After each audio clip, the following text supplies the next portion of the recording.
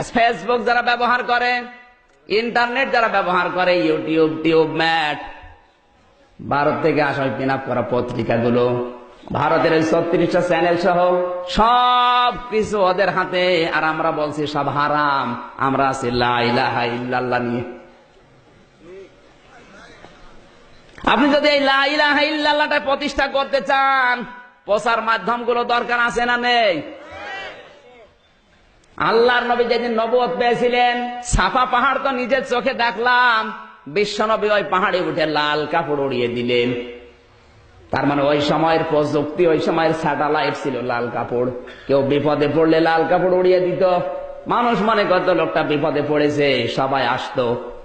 আল্লাহর নবী যদি ওই সময়ের প্রযুক্তি ব্যবহার করে কালেমার দাওয়াত দিতে পারে, আজও বাংলাদেশে পত্রিকার মাধ্যমে, ইউটিউবের মাধ্যমে, স্যাটেলাইটের মাধ্যমে, প্রযুক্তির মাধ্যমে কোরআনের দাওয়াত প্রচার করা ফরজ।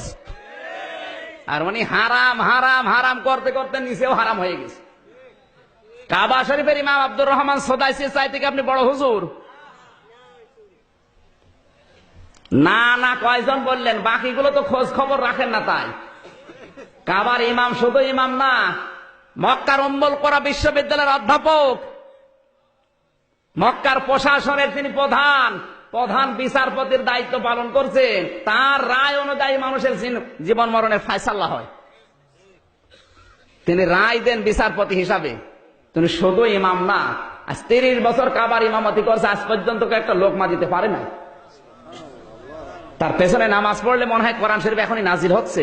আমি 8 বার পেয়েছিলাম তাকে। এইবার চেহারা দেখলে মনে হয় নূর ঝরছে।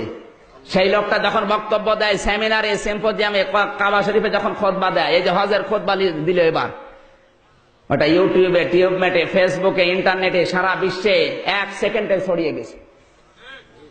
উনি কি জানতেন না যে আমার চেহারা যদি ইন্টারনেটে দিয়ে দেয়, পৃথিবীর মানুষ দেখলে আমার গোনা হবে? জানতেন না? এই কথা বলেন না কেন? কোন কারণে ছড়িয়ে দিলেন বলেন? তার নিয়ত তো খারাপ। তার চাইতে আপনার বুজুর্গি বড় বেশি হয়ে গেছে। মন অত সংকীর্ণ কেন আপনার? ইসলাম প্রচার করার জন্য একটা মাধ্যম আমাদের হাতে নেই। মানে বুজুর্গ হয়ে বসে আছে। নবী ছিলেন বুজুর্গ, নবীর কৌশল ছিল।